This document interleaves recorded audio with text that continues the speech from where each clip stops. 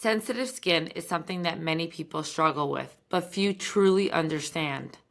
We're going to unravel this condition with the help of an incredible guest, Professor Pellacani, a leading expert in dermatology and a key member of the global sensitive skincare faculty by Galderma. Professor Pellacani brings a wealth of knowledge and experience to our discussion, and I'm thrilled to have him here to share his insights. In this episode, we'll explore what exactly sensitive skin is, how it differs from other skin conditions like eczema and psoriasis, and the latest research that's changing the way we approach the management of sensitive skin. We'll also discuss the practical aspects of caring for sensitive skin, from diagnostic tools to effective treatment strategies, and the role of lifestyle factors in exacerbating or alleviating symptoms. Whether you're a dermatologist looking to deepen your understanding or someone who struggles with sensitive skin yourself, this episode is packed with valuable information and is one that you will want to tune in for. So without further ado, welcome Professor Pellacani to the Derm Club podcast. Thank you, Anna, for introducing me. You were too exaggerating. Professor Pellacani, what brought you to join the Global Sensitive Skincare Faculty by Galderma, and why is it exciting for you? I have to say that first thing that attracted me was curiosity. Sensitive skin is a kind of entity that is not yet clear. So we know it exists. We have some definition. We have some kind of ideas of this, but we don't have it in our hands as dermatologists and clinicians. And so with the team that Galderma put together with the faculty, the objective of this group is to shed light on this condition through three main pillars. Research first, very important. I like it a lot. That means to expand the knowledge, to go in depth to the mechanism, to try to get answer from something that we don't have yet a clear idea. Innovation, for sure, is the second important pillar, because the sensitive skin is a problem that is not yet solved. So the innovation can be the inspiration for new solution, new treatment, new approaches. And last but not least, education, because in the moment that we know something, that we have a solution, it is important to give it, to spread it to the colleagues, but also to the patients that are suffering from this problem. Absolutely. So how do you define sensitive skin for our listeners? As I told, sensitive skin is a difficult to define problem because we don't know yet all its characteristics. So let's say that in general, in any disease, we usually have what has been defined a clinical pathological entity. That means that we know some symptoms, we know some signs, and we have a histological background. All the three together define a disease. In sensitive skin, we are missing pieces because we have symptoms. Sensitive skin can be defined as a symptom more than a clinical entity as far as we know before this group. Now probably we have some more knowledge about that.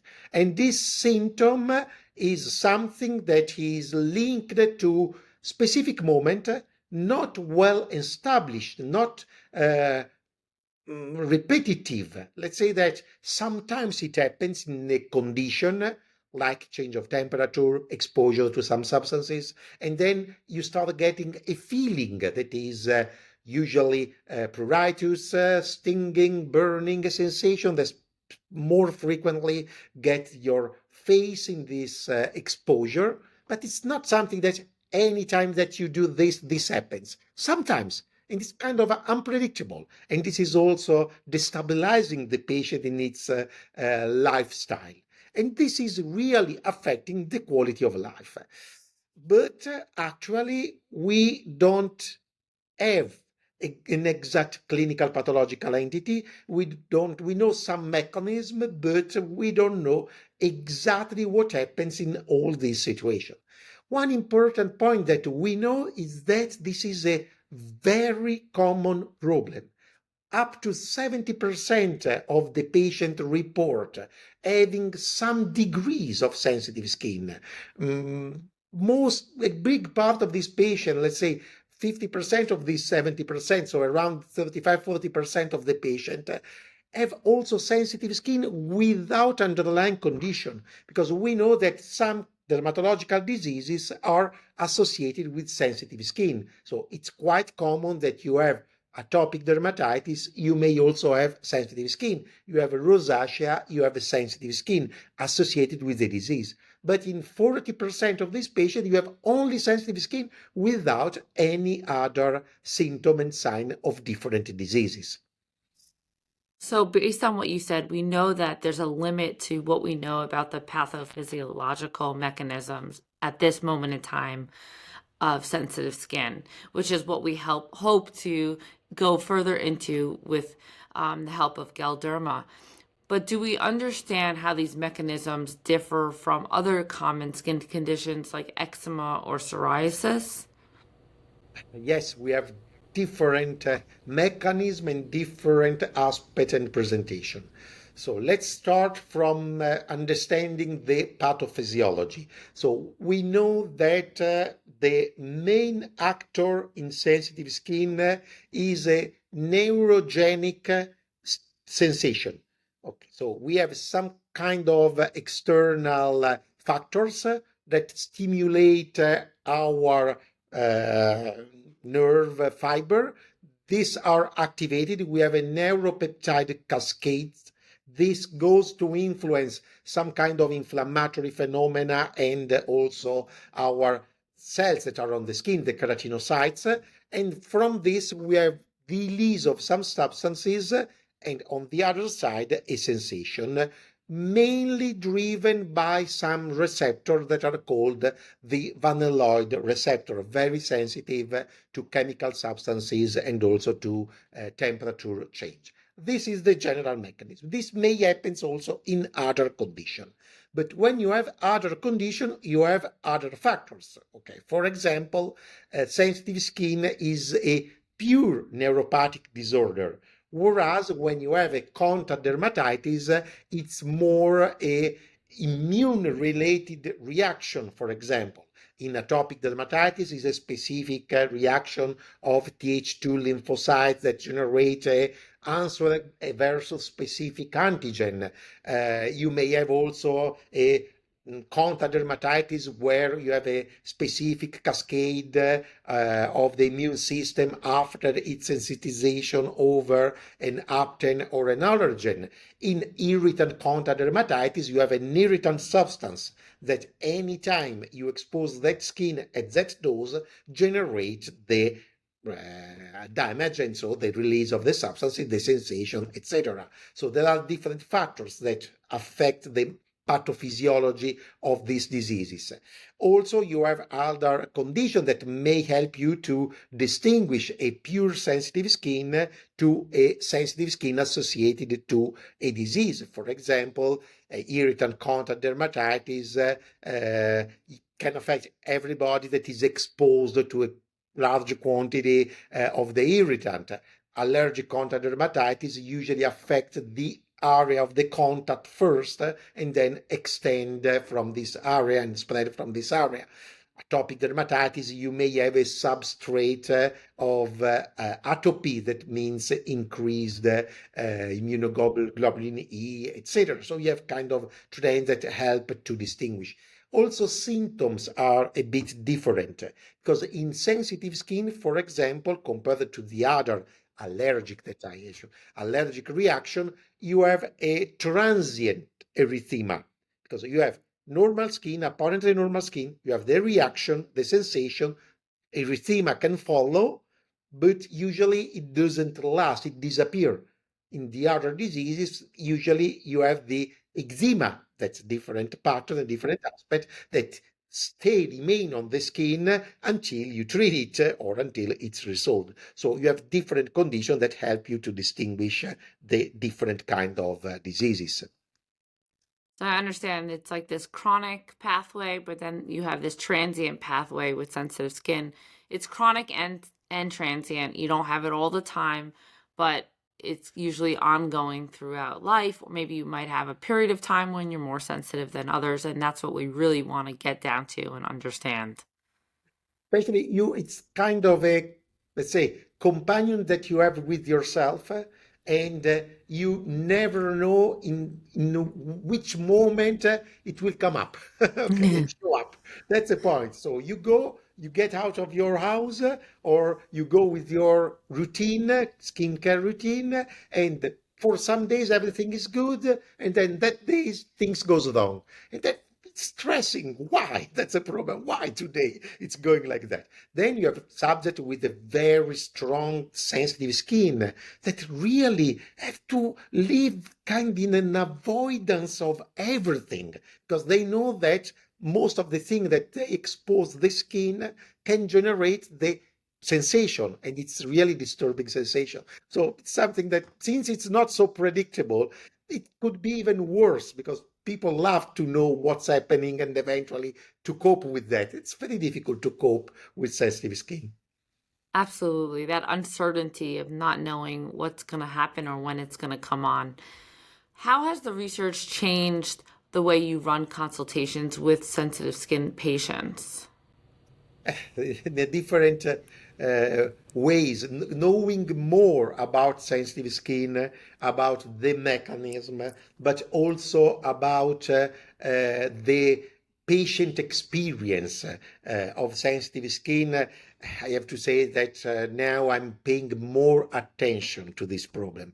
At the beginning, I was considering this something that okay, is relevant if the patient is reporting it to me, and then you have to pay attention to try to understand if there is a disease or not. But if the patient is not reporting, you can, let's say, forget of it. So that's something.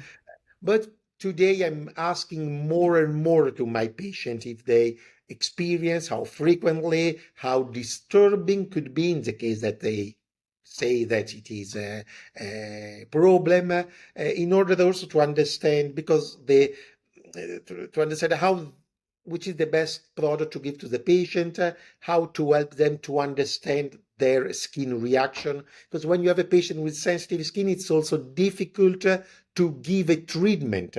Eventually, you are treating the patient for one problem, but if you don't consider the presence of sensitive skin, you risk to don't have the adherence of the patient. I give you a cream. Okay, the doctor give me this product for the skin and for this problem, and probably the doctor is correct, knows the disease, knows the treatment. But you go home, you start putting the cream, one day okay, 2 day okay, third day reaction. The first thing that you stop using this product. And so how can I get a good result to my patient if the patient is not doing the treatment? And the patients sometimes are shy or have difficulties to go back to the doctor and say, doctor, I cannot use this product. It's kind of a sense of guilty. Oh, I cannot go, and my doctor then can be angry with me because no. And if you know in advance, it's better, because you can prepare the patient and say, uh, don't worry, it may happen. Now, if there is a problem, tell me, we can find another way. And also, if you know that there is a sensitive skin condition, you can pre-treat and give something to the patient to improve this situation, because there are products that can help in patients with sensitive skin. So obviously counseling is very important. What diagnostic tools and criteria are most effective for distinguishing sensitive skin from dermatological conditions such as allergic contact dermatitis? Okay, I would say that to distinguish sensitive skin from other condition, the clinical diagnostic process is very important. So you examine the patient, you look at the patient, you ask a question, you make a good anamnesis, and from that, in the majority of cases, you find out the, say, background disease, let's say, the problem of the patient, that could be associated with sensitive skin. In that case, for sure, you have to focus on the skin disease and sensitive skin. You have to keep in mind for the choice of the product and eventually when the disease is gone. In the context of a patient with sensitive skin and no other associated diseases, okay, in that case, I found very useful to use the sensitive skin scale.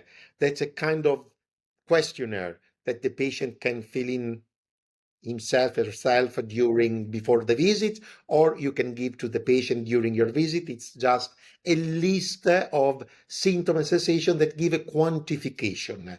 That's very important because frequently the patient is stressed to communicate this kind of sensation to the doctor, that if have to fill in just a series of questions with the score from 0 to 10.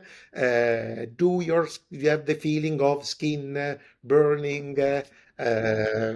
Which is the severity? The patient is feel free to report it, and then you can get a number, synthetic number, that gives you a very good idea of if it's a problem, if it's something that you should have to consider, or if it's no, under the threshold, so probably a patient with no sensitive skin. Right.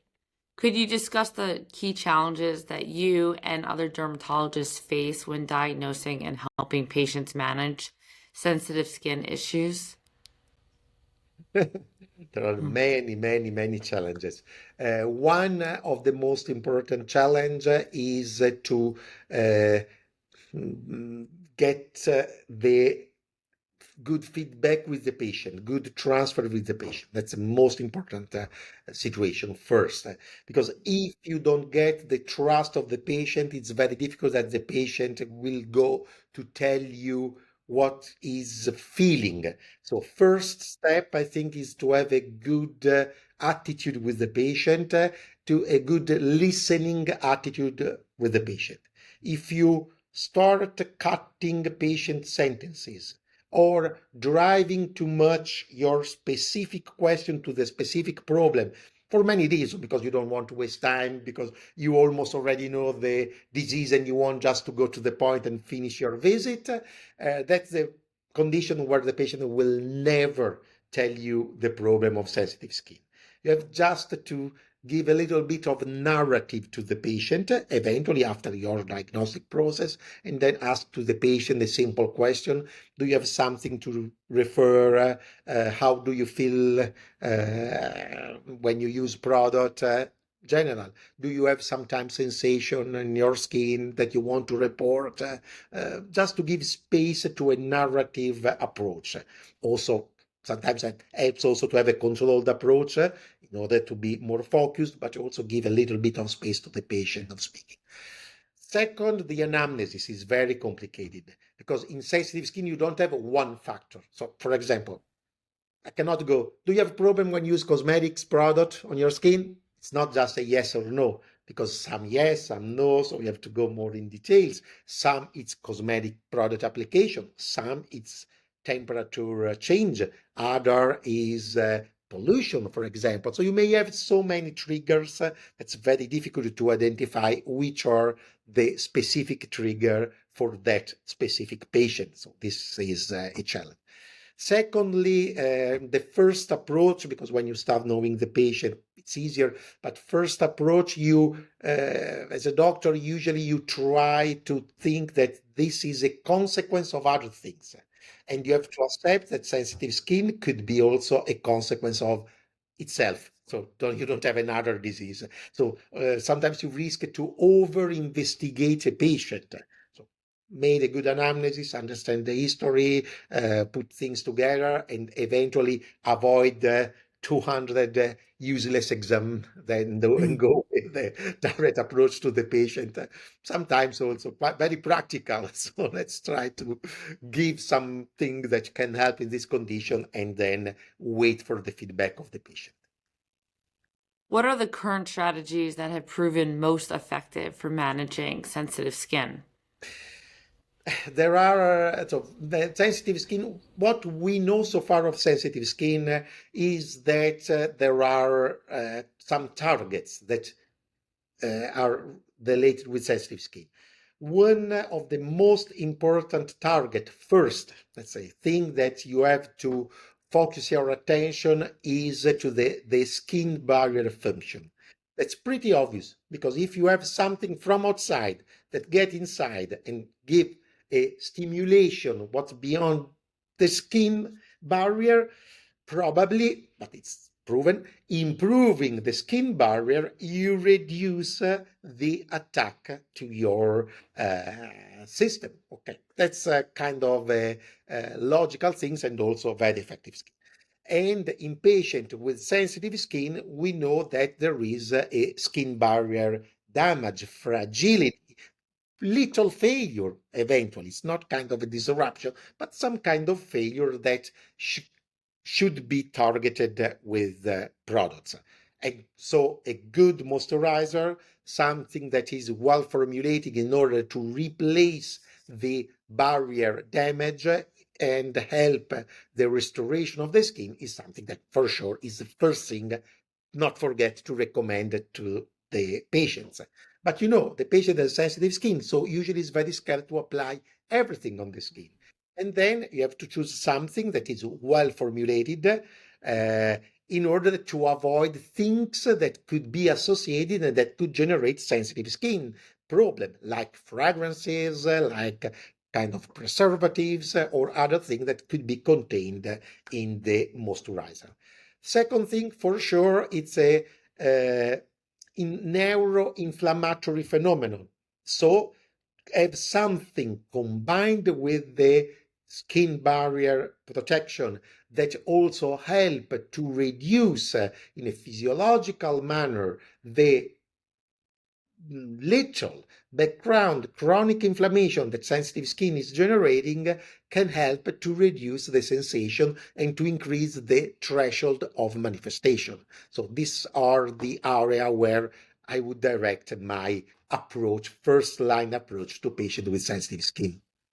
So, in terms of managing and repairing that barrier, you think the most effective strategies are sometimes using moisturizers, or do you have other recommendations? For sure, you have to associate to the use of a moisturizer, possibly associated with anti-inflammatory agents, also some kind of, let's say, lifestyle behavior to be kept in mind. So not use gentle cleanser, not too frequently. We don't know to scrub our face to be clean. That's just water, and the delicate soap is more than enough for being clean. First thing, use the frequent use of moisturizer in order to keep the skin well hydrated. It's for sure something that should be recommended. Trying to avoid the change of temperature, sudden change of temperature from hot to cold and vice versa, trying to avoid as much as possible other substances on the skin like cosmetic product, makeup, other things if possible. For sure, people has also a social life, so sometimes you cannot avoid it, but minimize, the less the better. uh, Sun protective factor, because the sun is a cofactor, so the use of sun protection, something that I usually recommend. Also, I'm very focused in skin oncology, so I always recommend some protective Mm. factor. And this is kind of, let's say, a rule and indication that I give to my patients. Do we understand how these lifestyle factors like diet, stress, environmental exposures, like you mentioned, the sun, can impact sensitive skin, and what preventative strategies can dermatologists recommend? That's it. The food is not causing sensitive skin. It could be a cofactor. So if it's important and relevant in the anamnesis, go with some suggestion. If not, stay more general. Healthy diet is good for everybody, so it's a recommendation that you can give, but don't don't go to give a patient a bad life or reducing good things in the life if you don't have evidence that can change the life of the patient. Yeah, I definitely agree with you. I usually say, you have patients that come in and they're like, all these five foods are causing me to break out. And I always say, I don't want you to eliminate anything. Right now, just keep a diary or a journal. And then after you eat that food, you could write down how your skin feels from it. And if you don't get a reaction, then you should continue, because the last thing we want to do as dermatologists is restrict your diet. What sun protection advice do you give to patients with sensitive skin to avoid exacerbations? In general, so there is not a specific sun protector, sunscreen that is, let's say, known to be better than. Usually, my recommendation is first to use a sun protecting factor that is rather high. Otherwise, it's useless. So let's say 50 in general, but I'm in Italy and in the south of Italy, so 50. If you are more in the north of Europe, probably in winter time, you can go also with the 30. Below 30 for me is not a sun protective factor. It's just a cosmetic cream. Okay. So let's say in order to protect pretty well from the UV exposure and the UVB and UVA, both also check for a filter with UVA. The point is that my recommendation is always to go to pharmacy product because they are better formulated and perfume free and with fragrances that are less allergenic or absent or less allergenic than other more cosmetic products. So just to choose products that are made of quality, let's say. So it's not easy. If I have to give a recommendation, probably I would prefer to use a physical filter instead of chemical filters, but there is no evidence that I'm correct. Okay, that's physical filter because they do not penetrate, they stay in the surface, but they are cosmetically less pleasant. And so let's also check to the patient. If the patient is okay to put a small sticky cream for a while, it's okay, you go with physical, you're super safe. If the patient has problem for cosmetic, better to use a chemical than nothing. Could you discuss the integration of holistic and complementary approaches in managing sensitive skin? It's difficult. Yes, for sure. You should be holistic because you have to understand the patient. If you know the history and the problem, you have to, let's say, get an overview of what is the lifestyle of the patient, and you can enter in this to improve this lifestyle. I consider holistic in this sense, not to damage the quality of the life of the patient because you are focused on a target. So for sure, check the patient overall and understand how relevant is sensitive skin problem for the patient. If it's not very relevant, okay, moisturizer, it's okay. Sunscreen, it's okay. Eventually, especially if it's associated with the sun exposure. But don't go to change a lot. Let it be. He knows that the patient knows that there is a problem. The patient is okay with that. It's not so disturbing. And then you give some indication that can be used in the moment that it appears. If this is something that is very stressful for the patient, there you have to understand what's the causes and then to understand how to intervene in this. That means check for diseases, check for lifestyle, check for habits, check for the moment that it appears, check for the possible causes, check for the feeling that the patient, the sensation that this patient has because they are different, reassuring, encourage the patient and try to go to get the results using all the instruments that you have. And there, for sure, recommendation of topical product, but not only lifestyle suggestion and other things that you can use in the context. So it's more something that you have to personalize and tailor patient by patient. Yeah, every patient is unique. So, are there differences in how sensitive skin presents and is managed amongst the various ethnic groups? Yes, there are differences.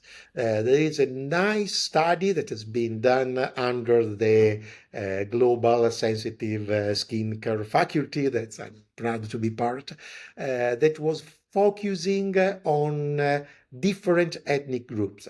So let's say that in sensitive skin, the predominant symptom is itching everywhere.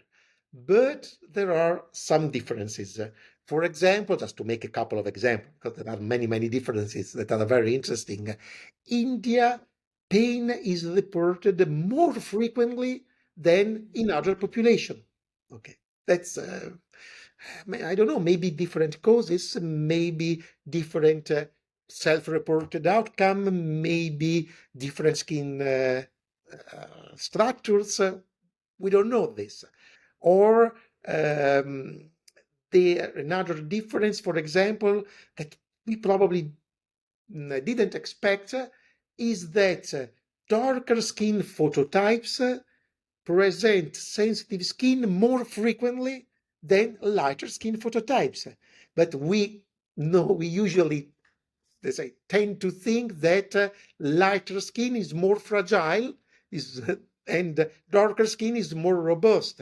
That's not true, probably for sensitive skin. It's true for sun exposure, that's evident, but not for sensitive skin. So that's something that has came out from this study that I found very interesting and curious, and let's say important to investigate deeper. Yeah, it definitely was very shocking to hear that because we always assume, I guess, if we have, lighter skin, less melanin, that we're more sensitive, but that's really only when it comes to UV exposure. And now we know otherwise, thanks to the research. What are the key points dermatologists should emphasize when educating patients about managing their sensitive skin? There are different points. First, to recommend to the patient to use to choose what to use on the skin. First thing, so as let's say skincare, don't go random. Let's go focused, one thing at a time. Eventually, you want to try something. Try one thing at a time. Use for a while before being confident to get it into your routine. We know that cosmetics is also something that people do for the self wellness, and so sometimes someone want to be cuddled with a new product that we want to try.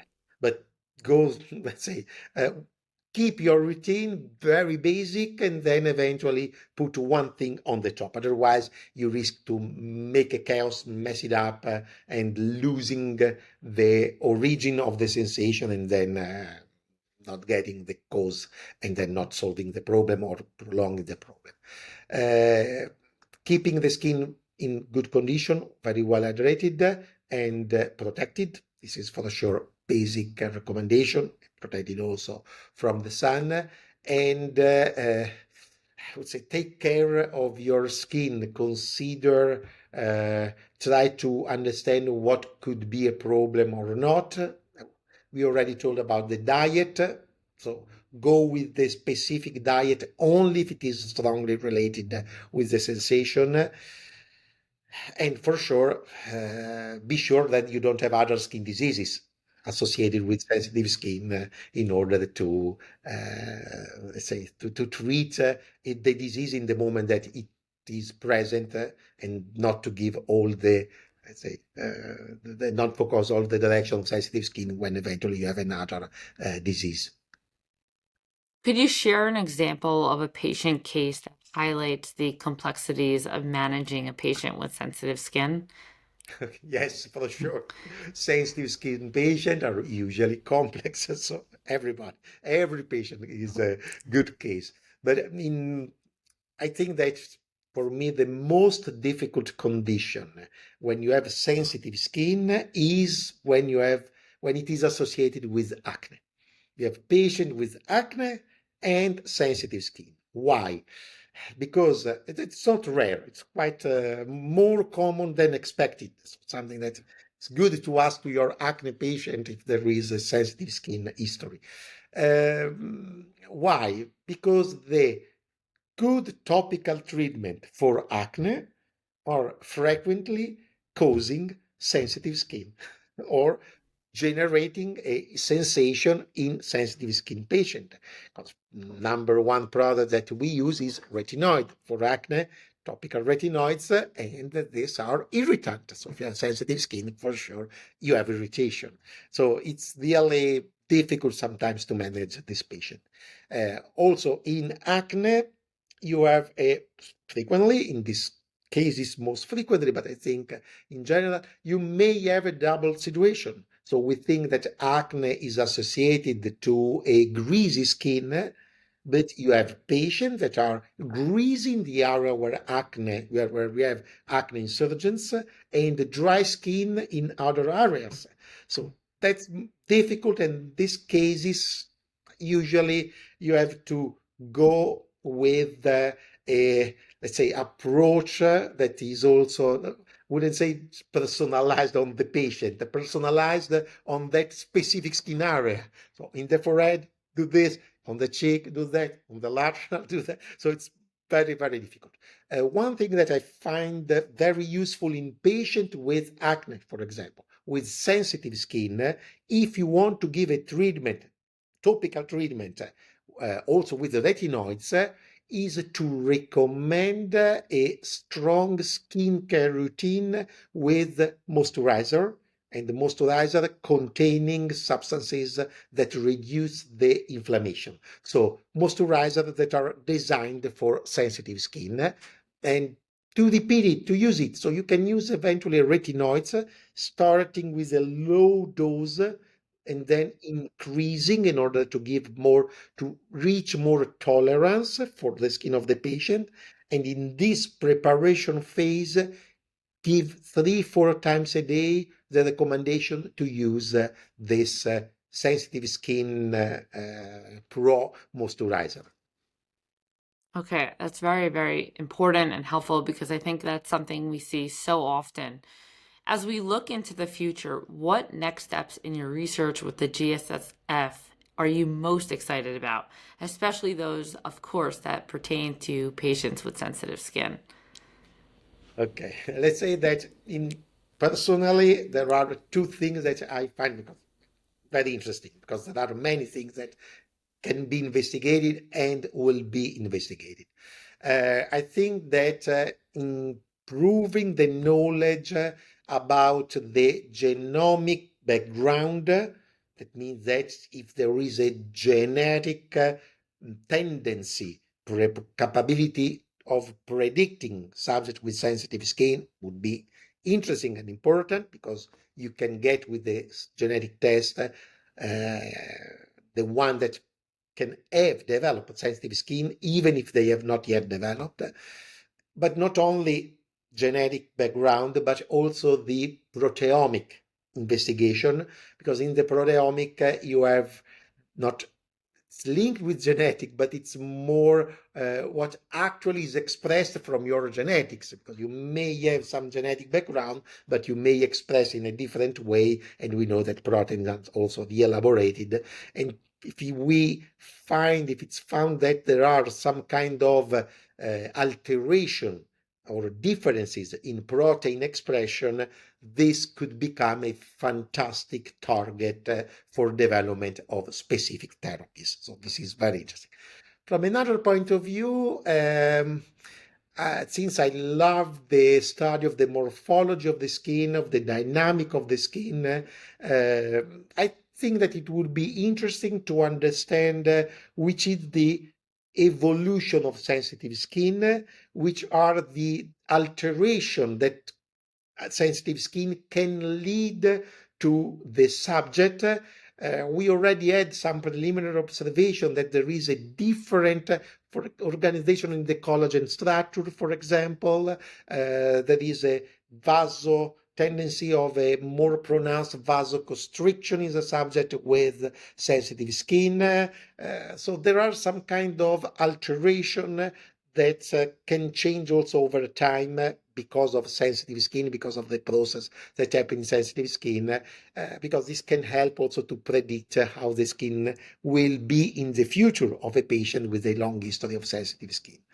I think that these studies under the faculty of the GSSF that is working in this topic, maybe in the future we can get some new kind of finding results and potentially also new target for the treatment of this issue, this problem.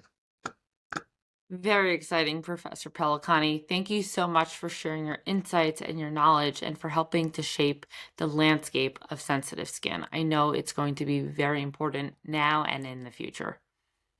Thank you. Thank you for the interview and for the nice question.